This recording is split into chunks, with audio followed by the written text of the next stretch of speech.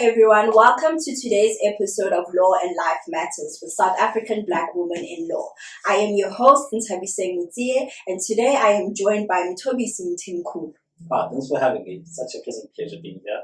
I appreciate being here, and thank you for inviting me. I'm the Hostess Attorney. Amen. Thank you so much for your time, MthobisI. So you were born in the infamous part of KZN, Nkandla. Please tell us about your background. Who is MthobisI? How did he grow up? What was inspiring him? What were his values as he was growing up? I actually did not have quite a unique or interesting upbringing. I think I had just a normal life that any child would normally have, right?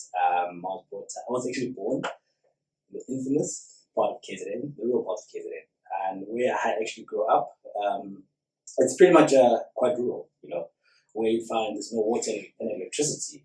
You'd have your daily routine being going to the river, collecting water and coming back, so you could actually just survive the day by conducting your daily needs, using that water. And in about 96, my dad and my mom decided to relocate to come to Johannesburg to prepare us to actually attend school with my older brother. And at that point, I was only about 2 years. My brother was about 4 years. And he started his schooling career, and I followed right after him. We both attended Yeovil Boys Primary School, and thereafter we went to high school, right? And thereafter we had 2 siblings that were born right after us. So I'm born from a family of 4 kids, or 3 siblings. I'm the 4th.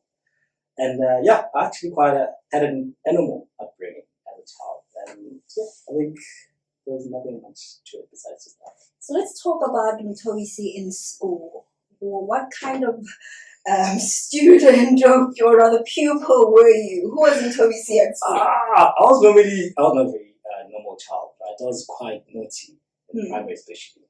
I was one child who probably be late for school and mostly be found in the principal's office on most occasions, especially during my senior primary years. That was your grades 6 and 7, right?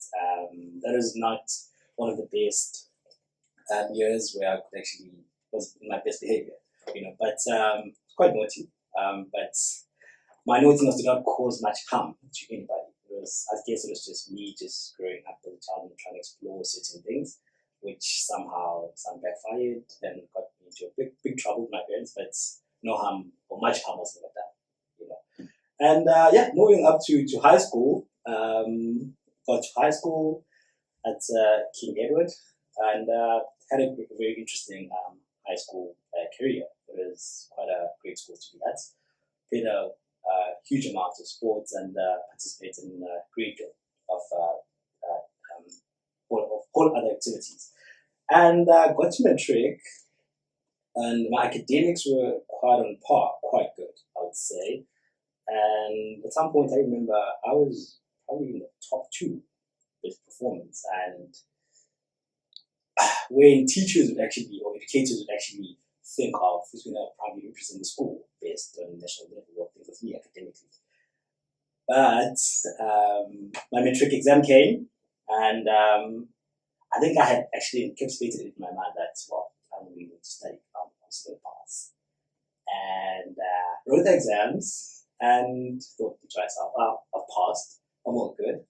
And January came, it was normal. I woke up that one morning and went to the petrol station to buy a newspaper to seek my name, probably hoping I'd have a B next to it and a few distinctions. Got there, a few of my friends were waiting there, and so they told me, yeah man, we've passed. You could check out your name. And I looked, I couldn't see my name. I just couldn't believe it. I was in disbelief.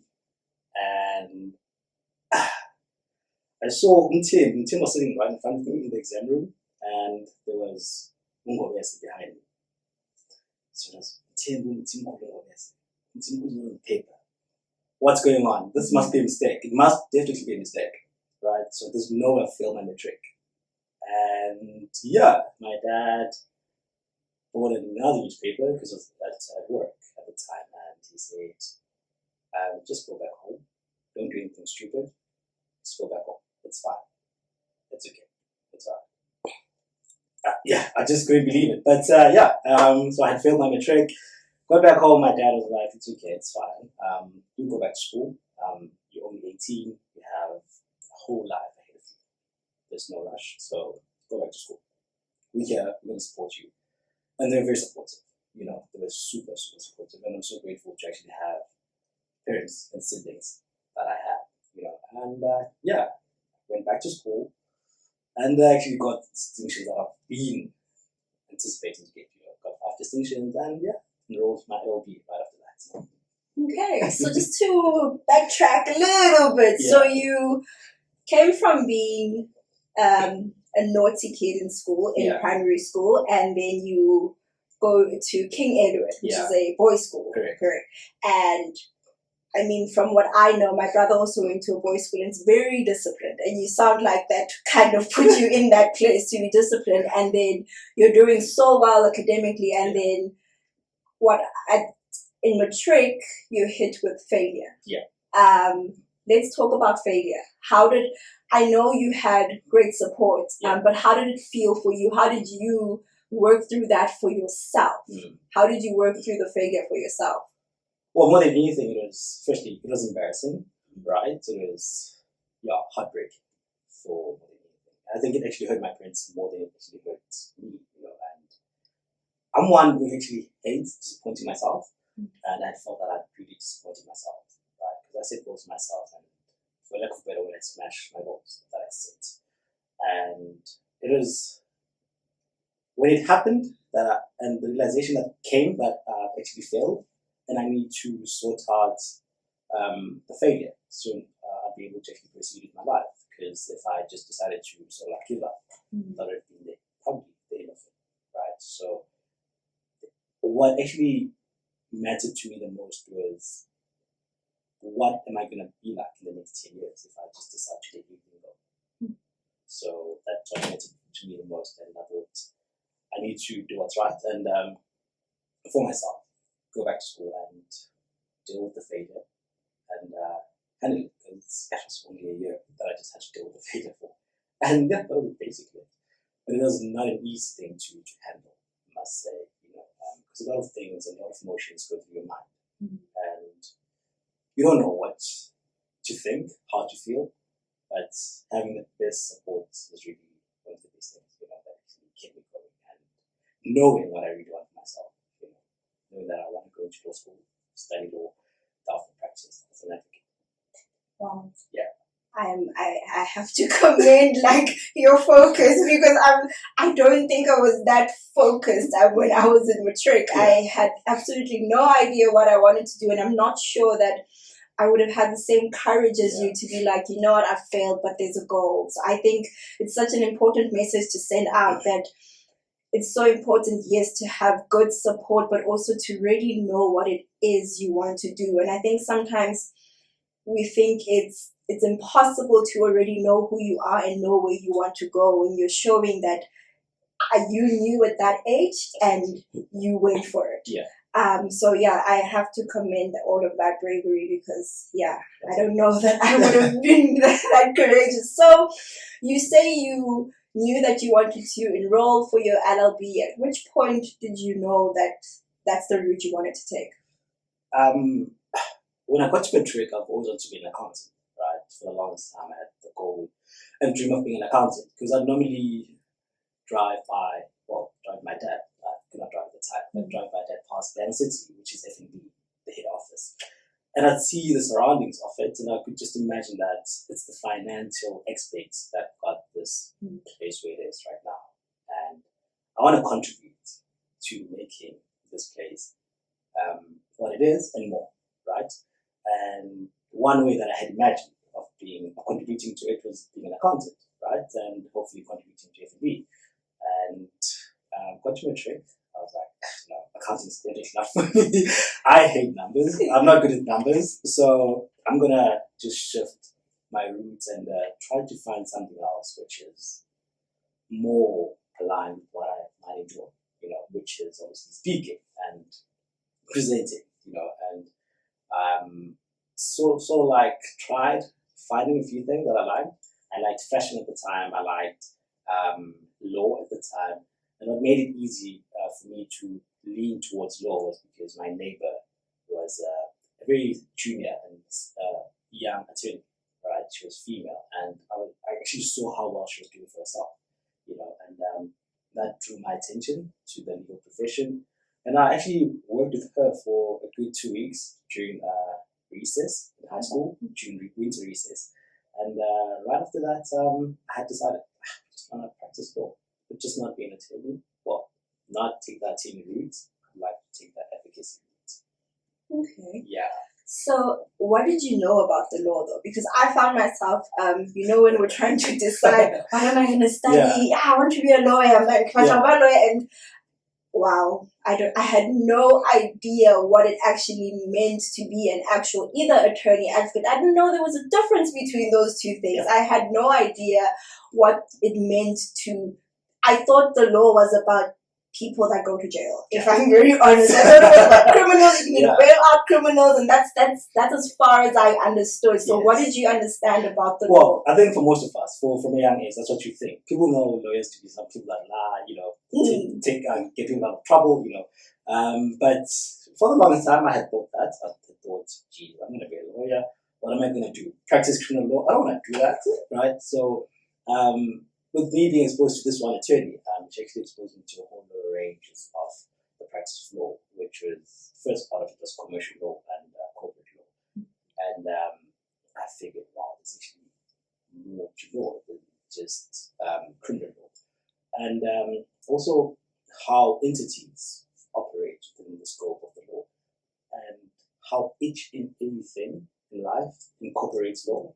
It's so amazing because you can't do a single thing without any interlink of law. You could be buying a street to the store, you're doing contract law, right? You could be doing anything. It's law, right? So law is basically just life. And what I knew at the time is that advocates are generally different to attorneys, right? Attorneys are generally your first point of contact as a client, and your referral to an advocate should generally be to a specialist. And I've always seen advocates as specialists, people who are well equipped and trained in a specialized field of litigation, right? So that's how I actually saw the difference and thought, I wouldn't really want to be an attorney. I'd like to be an advocate. So I'd actually be specialized and trained in litigation. Okay. Yeah. So let's go back. You finally get your distinctions. There you are. You enroll for your LLB. Where did you study, and how was your varsity experience? Sure. Right after varsity, after my matric, right? I had applied at being admitted at UJ, Wits, and UNISA. And UJ was not very welcoming at the time. They had a huge amount of applicants, right? And there was so much competition going on.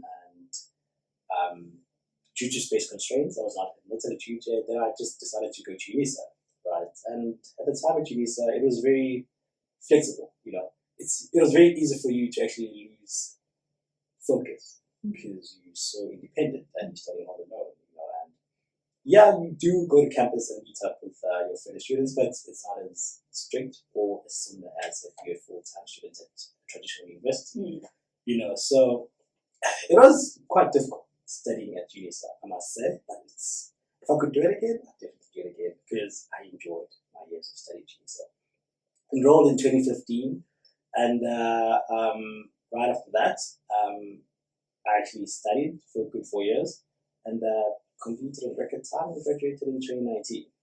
So it was an interesting journey. And studying for law is not an easy task. That I can tell you. I've always thought people would actually just exaggerate that law is such a difficult and hard thing to study. It is, and you just need to put in the hours, put in the work, put in the dedication, and you'll be okay. But it doesn't end there. you need to step into practice, which is the hardest, you know. And at some point, I thought maybe they make this qualification so difficult because practice is just as difficult, you know. And yeah, you just need to never lose focus. What were your favorite modules? Oh, geez. First year only. First year modules. That's where I got all the distinctions. Introduction to law, law of persons, family, you know, all those modules. But what I enjoyed the most was labor law. I enjoyed company law. I enjoyed African customary law. I further also enjoyed constitutional law, right? Fundamental rights, only because of the past papers. That's why I actually enjoyed it. The past exams are set in a manner which is easy to maneuver and easy to understand, right? And those are my favorite modules. And during your time at varsity, so obviously you're at UNISA, you're getting all this, I'm not going to say, okay, I think my perspective of UNISA is that it allows you to have a little bit of freedom to do whatever else you need to do on the side, whether you're working and all of that. So did you do anything else? And if you did, how were you able to keep focused on your studies as well? Yeah, so actually I was employed. I got a job within a commercial bank, and it was a full-time employment relationship I had. It took up most of my time, right? So I'd get it home. This was from the start of 2016, getting to 2019. So I'd normally get home after work after 5 o'clock, and from 7 o'clock I'd normally start studying till about 3 o'clock in the morning, and get up in the morning at 6, go to gym, and go to work. Right, that was basically my routine. On Saturdays, I'd probably just get a bit lazy, get up at 9, and start studying. I didn't really have much of a life because of that, you know. Because working and studying at the same time was quite demanding, I must say. And one thing that actually made me want to work was because my dad has 4 kids, right? I'm the second born. I've got 2 siblings right after me. They also had to go to varsity at the similar time that I was at varsity. The one thing that I wanted my dad to actually go through was just financial strain. And I thought, why not? I'm in a position to get a job. I'm able to, if I get this job, I can pay for my fees, and I just alleviate the financial burden that I probably am on him, you know. And yeah, that's the reason why I essentially, you know, took the job and started working. It was difficult, weighing both two and also trying to have a life, you know, because that's also healthy and necessary for one to not just work, study, but also have, you know, a well-rounded life. I didn't have much of that, but I think I can always do that at a later stage. You know, I don't think I'm boring. I don't think I am. So yeah, so that was basically it, you know. And I don't think working did really hinder me on, you know, attaining my goal, which was getting my qualifications, and yeah, I was able to do that successfully. What would you say, if you have to completely make a decision, was your biggest challenge during that time in varsity? What was your biggest challenge? What could have thrown you completely off and led to a failure or anything big? I'm not sure if I should say, but I like girls, right? So that was one of what I liked at the time, you know. I think that could have been one of my failures, because being trying to be in a relationship will take up most of your time, you know. That could have been one of them. Okay, so the ladies were your biggest challenge. How did you deal with that challenge? Well, yes, they were, and I just got to a point where I had just to realize that if I spend much of my time with what I'm actually spending on, I might just get myself into trouble again. I might just have to face another failure, and that's something I just did not want. So I made a decision to just step back and just focus on what was important at the time. Yes. Okay. So you're currently pursuing your pupilage. Please will you explain to us that entire process? What goes into it? Sure. But I think more than anything, what is of importance before I actually get into what goes into the process is the build-up to making that final decision of make up your mind of that. I want to become an advocate. I'd like to practice as an advocate, and how you actually get to make that decision. So I've been exposed quite to a lot of attorneys, right, throughout the course of my studies, and it has been my neighbor, and it was quite recently my mentor, who was my shadow or mirror, who I normally look up to, and sometimes do work with him. And I was not really quite keen with the practice of being an attorney and the daily routine and way of work. And I had no idea what advocates generally do, right? But I've always had a keen interest of actually just knowing what it is that they do. And I was exposed to them early last year, 2020, and had made a decision that I'm going to shadow one advocate and get to see the work that they do. And right there and there, when I got into the chambers, and I just felt at home, right? I thought that this is what I want to do. This is one thing that I just don't see myself not doing. And that was when I decided to take the decision. But before I even took the decision, I obviously sought advice, from a host of legal practitioners. There was judges, there was attorneys, there was advocates, and a very close attorney I hold in high regard. I asked him, what do you think of the decision I'm about to make? He told me, I don't think that's a great decision to make, especially at your age, and especially at a very junior and premature stage of your practice or your career. I think you should just take the attorney route and later decide whether you want to be an advocate at that stage or not.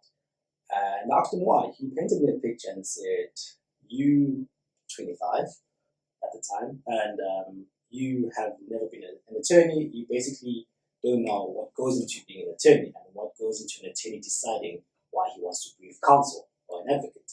And he asked me to pick one of the juniors in his firm, right? He said, pick anyone in your level that you think is in your level. I picked a CA, which I was close to, which works in the firm.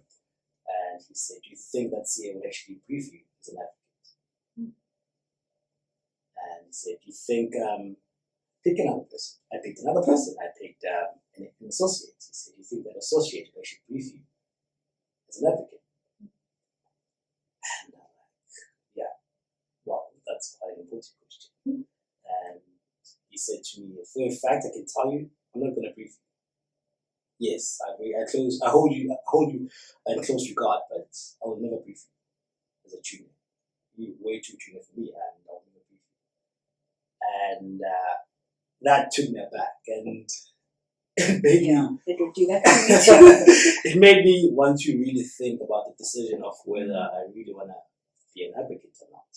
Because when you walk into chambers, you see how most chambers are actually closed, how many chambers are empty, are vacant rather, solely because most counsels don't get work.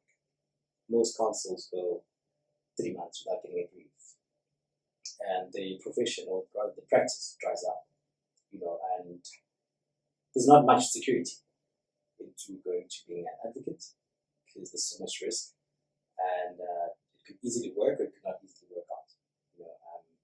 But if you put in the work, be patient, it eventually gets well, it gets better, and but essentially, back to your question, what made me, what the process building up to apply for the Pupil-Adv to the GSA was just my keen interest in being an advocate, and it's quite a very rigorous process. It's not an easy thing because you first obviously submit your application and you get called to interview.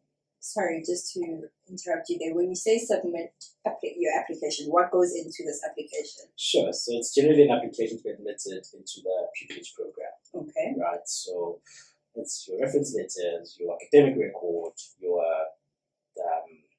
details, just your initial details, and mostly everything about you which is necessary for the bar to know. Right. And as soon as you obviously compile that application, you just submit it to the bar and they generally call you for an interview. The bar. Who is the bar? Who's the bar? How do you know where you're applying to? Yeah. Well, there's 16 constituent bars in the country. Okay. The K bar, the Pupil-Adv bar. So we refer them to as bars. But in essence, they're called wherever the jurisdiction is. The Johannesburg, we've got the Joburg Society of Advocates, we've got the Joburg Society of Advocates, and Pretoria Society of Advocates. But we've got each jurisdiction has its own society of advocates. Okay. And we generally refer to them as bars, right? So yeah, you generally complete your application and submit your pupilage application to the. I submitted mine to the Johannesburg Society of Advocates. Right there. I'm a Johnny baby, man. Okay. So this was just purely for jurisdiction, not okay. Purely that, and more than anything, convenience, and it's the best bar.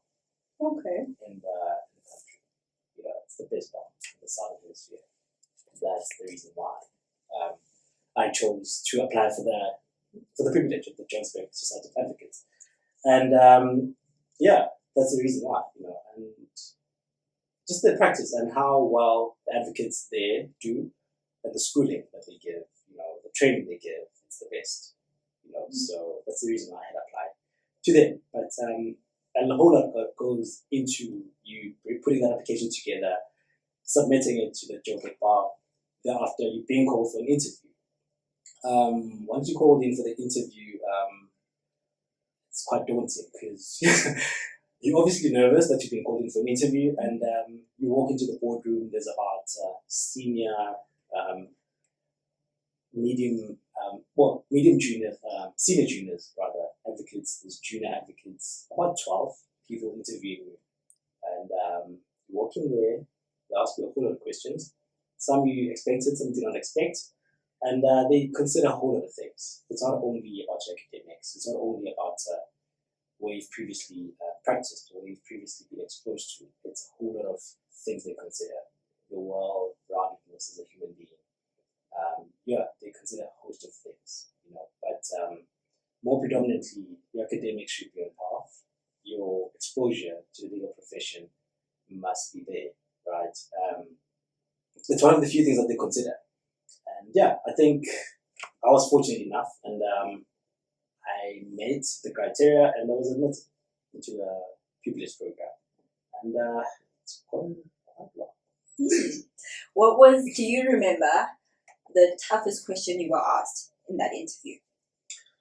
Yes. It's not an easy question to answer, because someone will ask you, why don't I be an advocate, right? And the host of things come into mind, because of the money, because of the prestigious, because of the nobility of the profession. And one question for me was that. That is the difficult question that I had to answer. How did you answer it? Well, I think it was quite easy for me to answer because I've always known why I want to be an advocate. Being in the front line of litigation, I see advocacy as a means of transformation. Most of our nation's victories have been won through the practice of advocacy. By victories, I mean, if you think of the Stephenson matter, that was one matter that decided the death penalty. If you think of the gay collusion versus the Minister of Home Affairs, that's an extraordinary matter that dealt with homosexuality in our country. That's a victory for the less marginalized people in our country. If you think of primogeniture, think of a host of other things. Advocates are mostly in the front line of litigation, and they litigate these matters, to the fullest. It's a carrier of justice. You have so much power in your hands to change the world, change the state of our country, and I want to contribute to being that. Yeah. Wow. Thank you. So please explain to us, what do you do on the day-to-day as a people advocate? Right. So it actually encapsulates quite a lot of,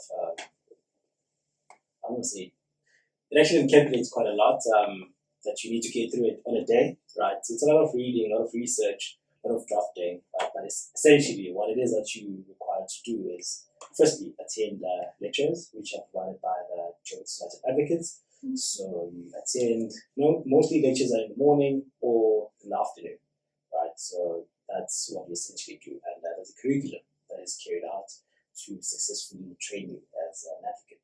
And one thing that we normally do on a daily is obviously go to chambers, because you get allocated a mentor, and you generally go to the chambers of your mentor, get to do some work with him, and he generally trains you, or she trains you, to sort of like understand drafting, billing of costs, the smallest of things which are not taught during the varsity and the training, and most of the importance is the fees, man. There is money. The fees part is quite interesting to look at, because you get up your mentor billing for a matter, right? And when you bill as counsel, generally it's not the next day that you get paid. It could take up to 3 months, could take up to 6 months, right? So whatever you have coming in, you just need to make sure that it will sustain you for a good while before you get anything else in. Advocacy is not all sunshine and rainbows. Yes, there's so much security, but there's also so much required discipline in terms of financial emotion, financial intelligence. It requires you to be such a well-rounded being to survive in the profession. Yes. Okay, so you go to lectures, and then what happens after lectures? So what happens after lectures, you generally done for the day. You just have to obviously study on your own, and just carry out and cover the curriculum that has been given by the bar, so you can successfully complete the program. Okay, and then you rewrite board exams. You write Bar exams. Okay, what do these exams entail? So they entail, essentially, it's generally 5 exams, right? And they're normally set by the GCB, and they entail it's legal writing, civil procedure, criminal. I just forgot the other 2, but it entails and mock exams. So you generally get to sit down for those exams before the end of the year, and you need to. So at the start of the year, you're just preparing to obviously be fit to write those exams, and once that is done, you've passed. You can make application to be admitted as an advocate. Do you think that 1 year is good enough preparation? I think it is. I just think the day does not have enough hours. That's all, right? But a year is more than enough. It's quite more than enough. But more than anything, we just never stop learning. You could be fully trained, but as soon as you admit it and start your own practice, you need to learn more on your own, from your counterparts, from your seniors, etc.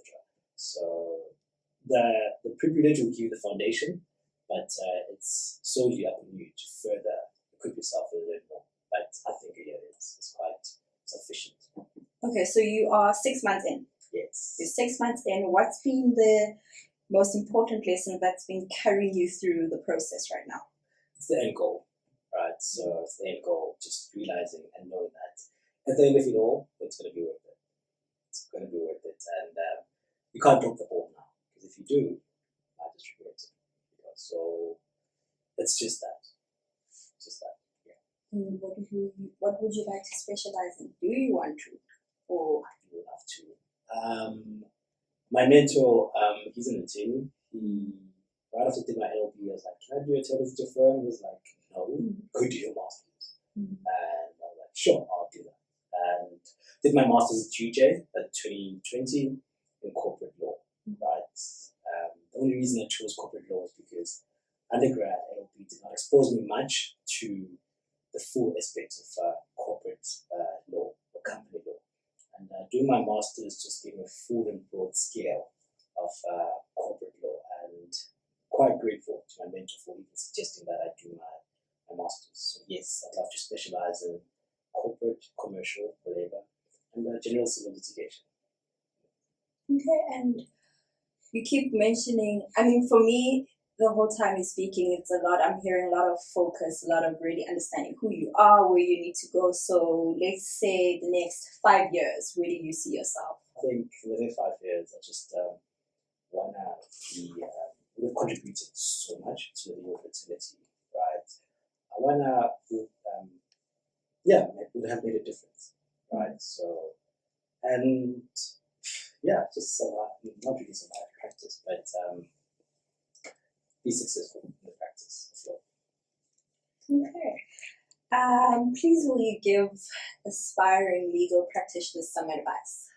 Juniors, like in varsity, I think the one thing they should really focus on is just stay focused and really study hard, and make the right decisions at the right time, at the most earliest and convenient time. Because it's quite easy to make, the legal profession is it's lengthy, right? You could make the wrong decision at the start of the year, it will take you a year or two to rectify that decision, right? So if you want to do something, think about it thoroughly and make that decision without having a possibility to regret it. So study hard, work hard, and always be wary of the decision that you're going to make relating to your position. What is the best case or is it judgment that you have ever read? So many. Sure. Just like one. So many. Just one that you think everybody else should read and at least should know about. Jeez. I'm going to go for the Rooter judgment. Rooter versus the Minister of Home Affairs. Okay. What that judgment entailed, it's a refugee matter. What it entailed was Rooter wasn't a foreigner from Rwanda. He came to the Republic, obviously fearing persecution. He ran away from political intimidation. He feared for his life, came to the country, to the Republic. He did not have the legitimate papers. He was arrested and faced the possibility of being deported back to his home country, where he would face the possibility of death. Right. His attorney defended his deportation, defended his arrest, defended his detention, in that if he was deported back to his home country, he would be persecuted and he would be possibly killed. The sole reason and the essence behind that was that Mr. Rooter had applied for an asylum's permit, and which actually allowed him to be within the country.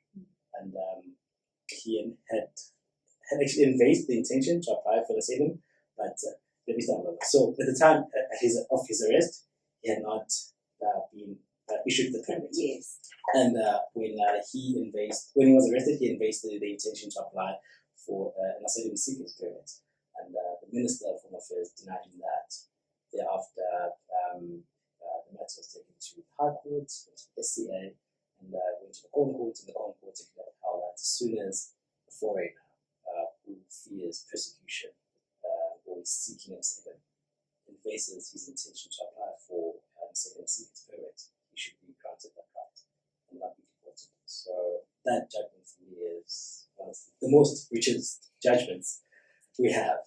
And another one which was quite interesting is the State versus Oscar Pistorius, the Supreme Court of Appeal, where Justice Leach overturned Judge Masipa's judgment on the matter of law, on I think the most popular and well-known case, which was based on Doris of Jonas. I think that was also quite an interesting case for me. Okay. Thank you so much for your time. I really enjoyed this conversation and getting to know you. Please share with us your social media handles where people can find you and learn from you. Sure. I'm not quite active on social media, but I'm on Instagram. Okay. It's Tix_M. And Twitter, it's the same handle, which is Tix_M, spelled MTHIKS_M.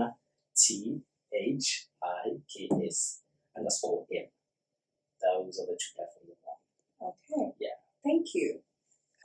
Thank you to our viewers for joining us today. Don't forget to subscribe, like, and share. And please follow us and find us on all our social media platforms. You can find us on Facebook and LinkedIn as South African Black Woman in Law, SABWiL, Instagram at SABWiL Alumni, Twitter, SABWiL A.